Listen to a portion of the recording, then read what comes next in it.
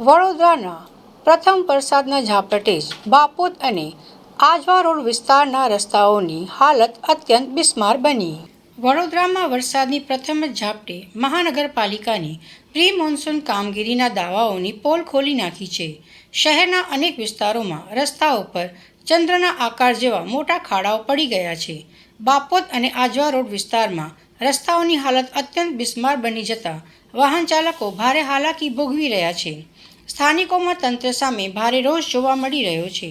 મહાનગરપાલિકાની કામગીરી સામે સવાલો હલકી ગુણવત્તાના રોડ રસ્તા એક જ વરસાદમાં તંત્રની પોલ ખુલ્લી પાડી છે.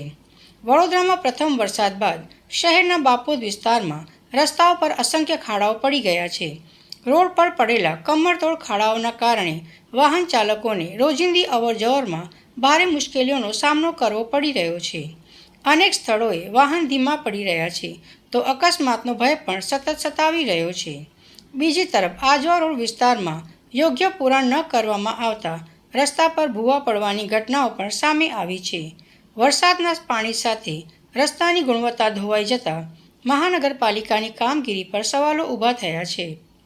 સ્થાનિક નાગરિકોનું કહેવું છે કે દર વર્ષે રોડના સમારકામ પાછળ કરોડો રૂપિયા ખર્ચ કરવામાં આવે છે.